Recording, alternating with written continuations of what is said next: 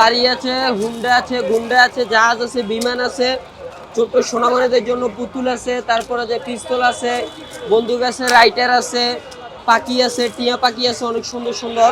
আমি এখানে চায়না পুতুল বিক্রি করি একদমে, কারণ এগুলো হচ্ছে চায়না মাল সব যেখানে যাবে সবখানে একই রেট, একদম 150 টাকা। হাত দিয়ে লাগাইতে পারে না, সে কারণে ডিজাইন লাগায়া পরে আর্টিস্ট করে লাগাই। ডিজাইন 20 টাকা। এখানে শাহজাতি আছে, মমতাজ আছে, এবার আছে কাশ্মীরি আছে, এগুলোই আরো আসবে। জি, এখন উড়ানি শুরু করছে, আরো আসবে। এটা আমরা যে পাঁচ বছর দোকানদারি করি এই টাকায়। এটা হলো ফকিরনি এলাকা, আর ভিআইপি এলাকা হলো মিরপুরে।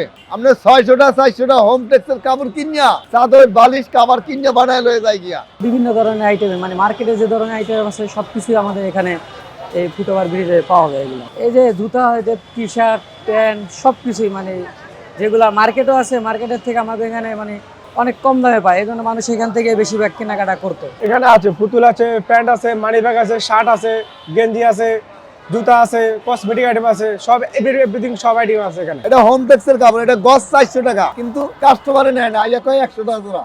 আসল হোম টেক্স। এই এলাকার যত মানুষ সব হলো ফকিরনি আলার হস্তা। মানে এটা আপনি 50 টাকা বেচবেন, এটা 10টা হইলে হারা খুশি।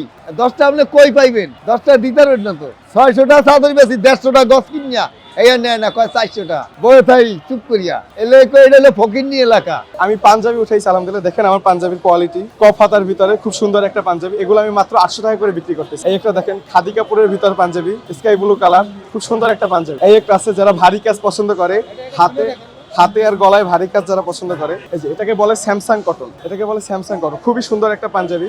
এখানে যতগুলো আছে সবগুলো ঈদের কালেকশন।